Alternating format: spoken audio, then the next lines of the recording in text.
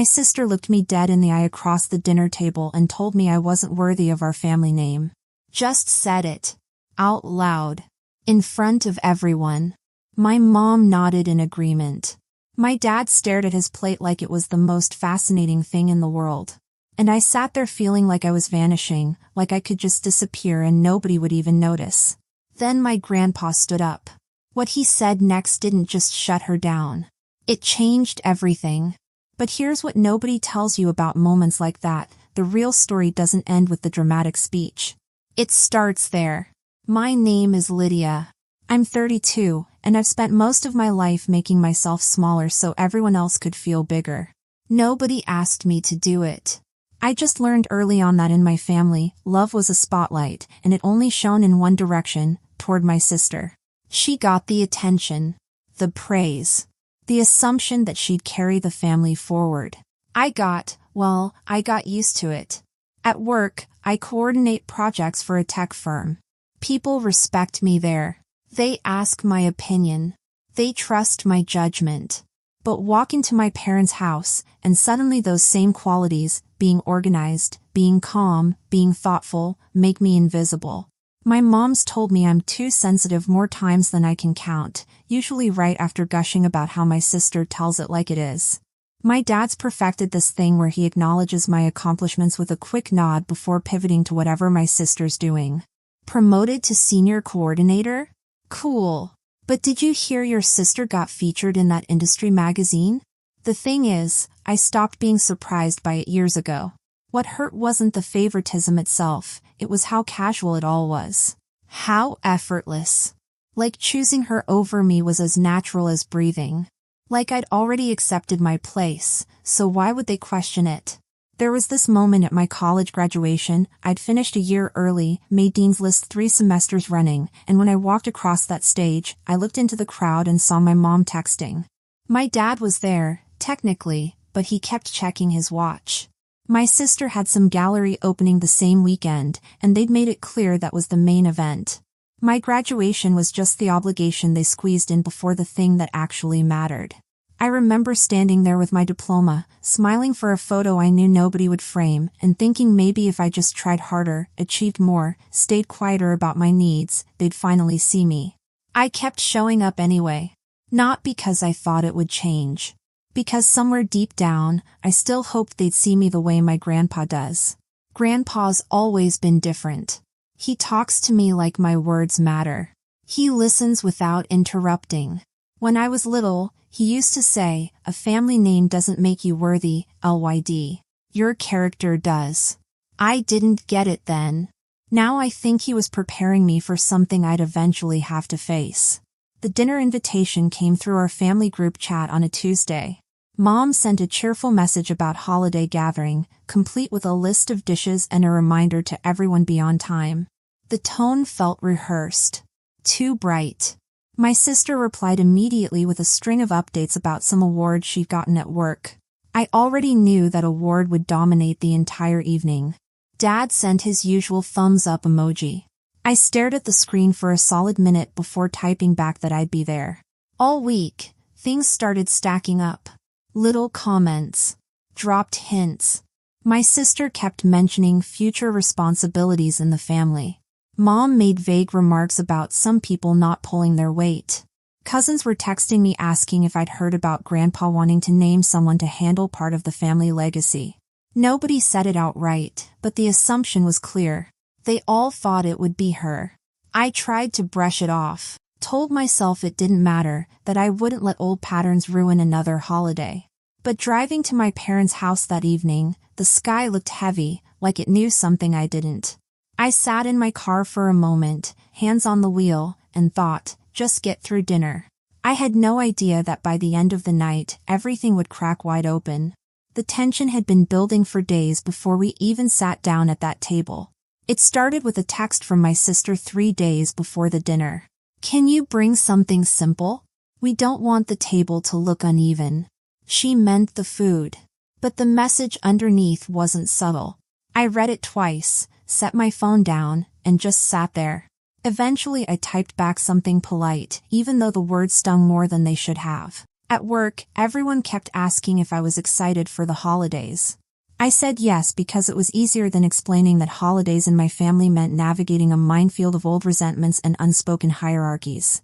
My coworkers had just finished praising this project I'd managed, saved the company a decent chunk of money, actually, and for a moment, I felt solid. Competent. Like I mattered. My boss had pulled me aside that afternoon and told me I was being considered for a director position. It was the kind of news that should have had me calling my parents immediately. Instead, I sat in my car in the parking lot for 20 minutes, knowing that if I told them, they'd find some way to make it small. They'd compare it to my sister's achievements or change the subject entirely. So I just drove home and kept it to myself. Then I went home to my apartment, and the closer the dinner got, the smaller I felt. I tried on 3 different outfits that night, standing in front of my mirror, wondering why I even cared. Wondering why I was trying to look put together for people who barely looked at me at all. My sister called 2 days before. Her voice had that bright, sharp edge she gets when she's already written the script in her head. She told me Mom wanted the table set a specific way. That Dad didn't want stressful topics brought up. That Grandpa had been asking interesting questions about responsibility and leadership and family values. She said it all so casually. But then she added, you know, he values tradition. Some people fit that better than others. She didn't say my name. She didn't have to. There was a pause on the line, and I could hear her smiling through the phone. That self-satisfied silence that said she'd already won whatever game she thought we were playing. I hung up feeling hollow. Something was shifting, and everyone except me seemed to know exactly where it was heading. The morning of the dinner, Mom sent a reminder about arrival time and dress code. She'd never done that before. My sister posted a salon selfie with the caption looking the part tonight. I didn't reply to any of it. I just got dressed quietly, soft sweater, simple earrings. Clothes that felt like me instead of a performance. When I pulled up to my parents' house, the driveway was packed. Through the windows, I could see everyone already inside, relatives hugging, glasses clinking, laughter rising. It should have felt warm. Instead, I felt like I was walking towards something I couldn't stop. I sat in my car for an extra minute, watching them through the glass. My sister was already holding court in the living room, animated and glowing. Mom was laughing at something she said. Dad stood nearby with his hand on her shoulder, proud, present, there. I wondered, just for a second, what it would feel like to drive away. To skip it entirely. To stop trying. But I didn't. I grabbed the dish I'd brought, took a breath, and walked inside. Inside, it started immediately. My aunt hugged me and said I looked sweet. My sister swept in right behind me, kissed her on the cheek, and got called beautiful. Mom fussed over the dish my sister brought like it was a work of art, then turned to mine with a thin smile. Oh, you brought the casserole, she said flatly, like I'd shown up with gas station flowers. Dad walked past me on his way to the living room. Quick pat on the shoulder. Didn't stop. By the time we sat down, the air felt tight. Dinner started normally enough. Cousins talked about work and travel plans. Uncles debated football. Aunts passed dishes around. But every time I tried to add something to the conversation, my sister's voice slid right over mine. She didn't even try to hide it. She'd tilt her head, smile, and just talk louder. Effortlessly redirect the attention back to herself. At first, I thought maybe I was imagining it. I tried again, asked a question, made a comment. She cut me off so smoothly that even I almost believed it was an accident. But her eyes flicked to mine with that familiar spark. The one that said she knew exactly what she was doing. Mom wasn't helping. She was practically glowing, bursting with pride over my sister's latest accomplishment. She's always been such a natural leader, Mom announced to the table, lifting her glass. Some people are just born to carry the family forward. Her gaze slid past me like I wasn't even there. Dad kept adjusting his silverware. Taking small sips of water, pretending not to notice the way my sister dismissed me with every breath. His silence felt louder than any words. I caught his eye once, just for a second, and I saw something flicker there. Not quite guilt. Not quite discomfort. Just awareness. He knew what was happening. He just didn't care enough to stop it. That look told me everything. He'd made his choice a long time ago. Tonight was just another confirmation. As the meal went on, the energy shifted from subtle to sharp. My sister relaxed further into her chair, elbow draped over the back, ankle crossed. She was glowing with self-satisfaction, almost impatient. Like she was waiting for her moment.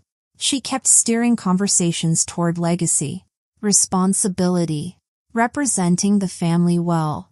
Each mention felt like a breadcrumb leading somewhere I didn't want to follow. At one point, she looked directly at Grandpa and said, "I've been thinking a lot about what it means to really honor our family name. You know, to live up to what you and Grandma built." Her voice dripped with performance. Some of us take that more seriously than others. Grandpa didn't respond, just kept cutting his food with that same steady calm. Grandpa sat quietly near the end of the table. He wasn't smiling, wasn't adding little comments. He was watching, studying every interaction with eyes that missed nothing.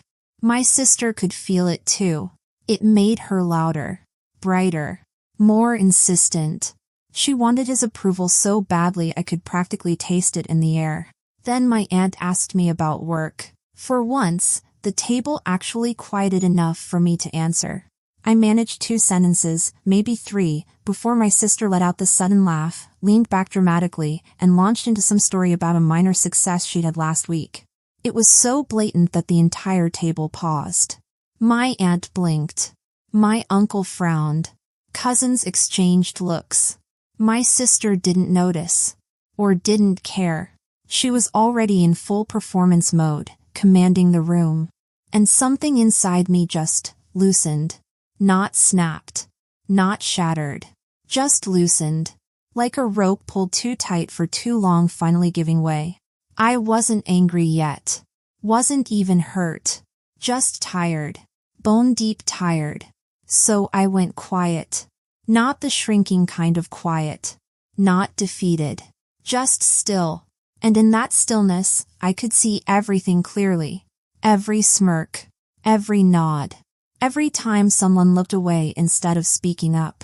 I saw my mom lean toward my sister, whispering something that made her smile wider. I saw Dad check his phone, completely disengaged. I saw my cousins exchange uncomfortable glances but say nothing. And I realized something I'd never let myself fully accept before. They'd all chosen sides a long time ago. This wasn't new. It was just finally undeniable. I thought about all the family photos where I was positioned at the edge. All the holidays where my gifts were opened last and forgotten first. All the times I'd shared good news only to have it eclipsed within minutes by something my sister had done. I'd spent 32 years telling myself it was all in my head. That I was being too sensitive. That if I just stayed quiet and kept showing up, eventually they'd see me. But sitting there, watching it all unfold again like a script we'd performed 100 times, I finally understood. They did see me. They just didn't care. Then, as dessert plates were being cleared, I saw the shift in my sister's posture. She straightened, leaned back intentionally, eyes glittering. She'd found her moment. And the room braced for it. The candlelight flickered across the table, catching on silverware and the glossy glaze of the holiday dishes. Laughter still floated from somewhere down the table, but it felt distant. Everything had this eerie stillness, like right before a storm breaks. My sister dropped her fork with a soft clink. She stretched her arms slowly, deliberately, then leaned back in her chair with the confidence of someone who believed the moment belonged to her. Then she looked at me. Her gaze was sharp beneath that bright smile. I didn't flinch. Didn't look away. Just waited. She tapped her heel against the floor. "You know," she said, loud enough to silence the nearby conversations. "Not everyone sitting here deserves our family name." The room went instantly quiet. Forks froze. Glasses stopped midair. Her smile sharpened. Some people just exist in this family without contributing anything meaningful. They hide behind being quiet, hoping that makes them special. Her eyes glinted. Really, it just makes them forgettable. A pressure filled my ears. The kind that wraps around your ribs and squeezes. Mom nodded. Quickly, firmly, like she'd been waiting for someone to say it out loud. She didn't look at me. Didn't need to. Dad stared hard at the tablecloth, thumbs rubbing the folded edge of his napkin. That tiny movement hit me harder than the words themselves. Silence isn't neutral. It's abandonment. My sister kept smiling. I'm just telling the truth, LYD. The nickname landed like a slap. You're not worthy of our name. It should have shattered me. But instead, something inside me went strangely quiet. My breath didn't hitch. My eyes didn't burn. I just went still, like the blow had landed somewhere already numb from years of smaller ones. Relatives shifted uncomfortably. One aunt whispered to another. A cousin looked at me with something like apology, but nobody said anything. Nobody defended me. Nobody questioned her. They just sat there, letting it happen. And that's when I realized this wasn't just about tonight. This was every birthday where her gifts got more attention than mine. Every family photo where I was positioned on the edge. Every conversation where my news was brushed aside to make room for hers. This was the culmination of 32 years of being tolerated instead of celebrated. I looked around the table at faces I'd known my entire life. My uncle who used to give me piggyback rides when I was little but now barely remembered to ask how I was doing. My aunt who'd helped me with homework but never thought to call anymore. Cousins who'd grown up beside me but had long ago learned to follow the family script. They all knew. They'd all watched it happen year after year. And not one of them had ever said a word. And then everything shifted. All attention pulled toward the opposite end of the table. Grandpa. He hadn't spoken all night. Had barely moved. He sat with a calm so deep it was almost unsettling. For a second, I thought maybe he'd let it go. Maybe he decided to stay quiet to avoid disrupting the holiday. But then he lifted his glass, just a few inches, just enough for everyone to notice. He looked into it for a long moment, then set it down with a slow, deliberate tap. The sound echoed. He placed both hands on the table and stood up. Not quickly, not dramatically, but with a steady weight that pulled the room's silence taut. My sister's smile brightened. She straightened in her seat, clearly expecting praise or agreement. She'd always believed Grandpa admired her boldness. He looked at me first. His eyes softened just barely, but that softness cracked something tight in my chest. Then he turned to her. You think she isn't worthy of our name? He asked quietly. My sister blinked, caught off guard, but recovering fast. I'm just being honest. We all know she hasn't exactly. He raised one hand. Barely a gesture. But it silenced her instantly. The next words came quiet, but they landed with the force of a hammer. Then neither do you. Her smile fell so fast it was almost visible. Like watching a mask crack and drop to the floor. Her lips parted. Her eyes widened. All the color drained from her face. Gasps rippled around the table. Mom's hand flew to her chest. Dad closed his eyes, shoulders stiffening. Grandpa didn't sit down. He kept his gaze fixed on my sister, unflinching. For months, he said, I've been watching. Listening. Trying to understand who should guide this family's legacy when I'm gone. Heavy silence. Everyone knew what legacy implied. Nobody dared interrupt. And tonight, you showed me everything I needed to know. My sister shook her head. You don't understand. I understand perfectly, he said. You've mistaken arrogance for strength, entitlement for leadership, cruelty for confidence. Her breath caught. She blinked rapidly, fighting tears she refused to let fall. Mom finally found her voice. Dad, she didn't mean. He cut her off with gentle firmness. But she did. And you nodded. He gestured toward Dad. And he looked away. Dad wilted into his chair. Grandpa's voice didn't rise. He didn't need to shout to make his point. I've watched this family treat Lydia like she's invisible for years. I've watched you praise cruelty and call it confidence. I've watched you mistake volume for value. He paused, letting the words settle. A family name means nothing if the people carrying it have no character. And tonight, you've shown me exactly who has character and who's just been performing. My sister's hands were shaking now. The confident mask she'd worn all night had completely crumbled. She looked around the table desperately, searching for someone to back her up, but everyone avoided her eyes. Grandpa turned back to me. "Lydia," he said, "you have carried yourself with grace in a family that has not always shown you the same. You listen. You steady yourself. You stand on character. That is what makes someone worthy of a name. Not volume. Not vanity." My throat tightened, but not with pain. With something else.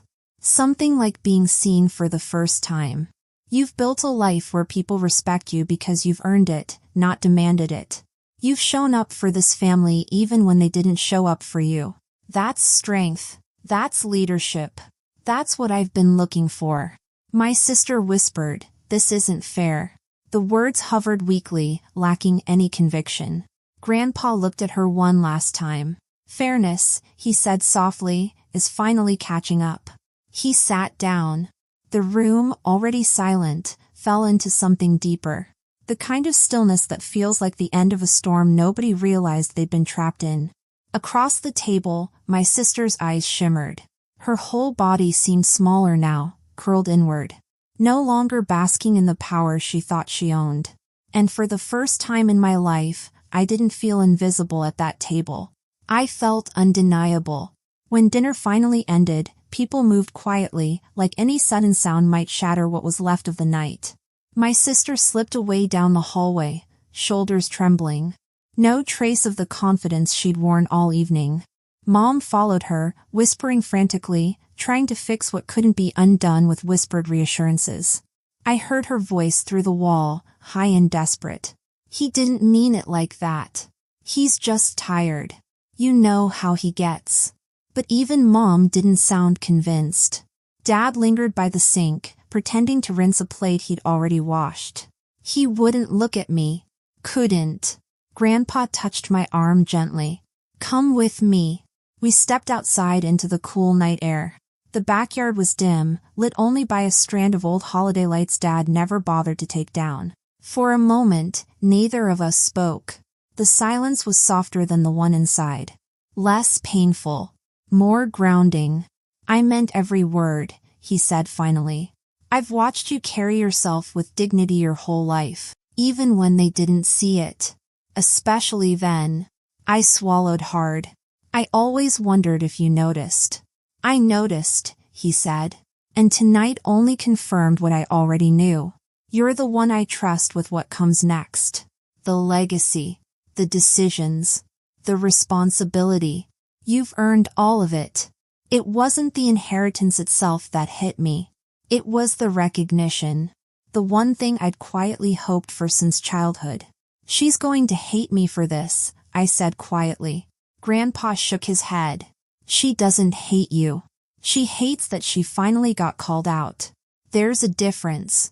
He was quiet for a moment, then added, "I should have said something sooner. I watched them treat you like you didn't matter for too long. I kept thinking they'd figure it out on their own. That was my mistake." "You said it when it counted," I told him. Through the window, I saw my sister's silhouette. Her head bowed, her smile gone, Mom's arm around her shoulders. I knew I'd remember that moment forever. Not because I was glad she was hurting, but because for once, the truth had been said out loud. For once, someone had chosen me. "Ready to go inside?" Grandpa asked. For the first time that night, I nodded without hesitation. I drove home with the kind of quiet I'd never felt before. Not empty. Not sad. Just settled. For years, I thought I had to earn a place in my own family by being small, careful, agreeable. But standing there, hearing Grandpa say those words, I finally understood something simple and freeing. Worthiness isn't granted by a last name. It's revealed by how you live. The next morning, my phone buzzed with a text from my sister. Just 3 words, "We need to talk." I stared at it for a long time before replying. When you're ready to actually listen, let me know. I don't know what will happen between us moving forward. Families don't break and mend in a single evening. But I do know this, I walked out of that house carrying my name differently. Not because someone finally gave me permission to. Because I finally gave it to myself. Thanks for listening, and if you like this story, share it with others, and don't forget to comment and subscribe for more stories about family, second chances, and finding your worth when the people closest to you can't see it. The people who are meant to see your worth will never need you to shrink to prove it.